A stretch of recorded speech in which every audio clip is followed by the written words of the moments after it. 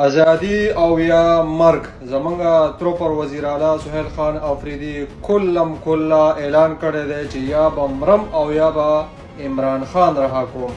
نو زه وزیر اعلی صاحب ته او دغه د عمران خان ټایګرانو د عمران خان ورکرانو ته او زمونږ ایم ان ایګان او ایم پی ایګانو ته واضح پیغام ورکوم ټول د پی ټی آی لیډرشپ ته چې دې پرې په تیاری باندې لاړ شئ. تیاری خو پیژنئ ولې چې په تیر شوي کال په 26 نومبر کې زموږ سره دیو کم کار کړی و.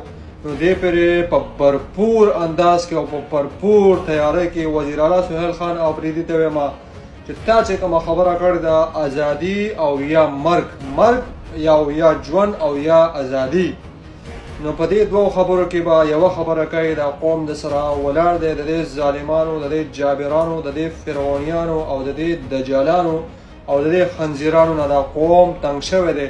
هغه که هرې پارټۍ والا دی پاکستان کې تېنه ټول قوم تنګ شوی دی، خو څوک یې وایي او څوک یې نه وایي. نو زه درته وایم چې زما دا پیغام مخکې شیر کوئ او ډېر په تیاری باندې لاړ شئ.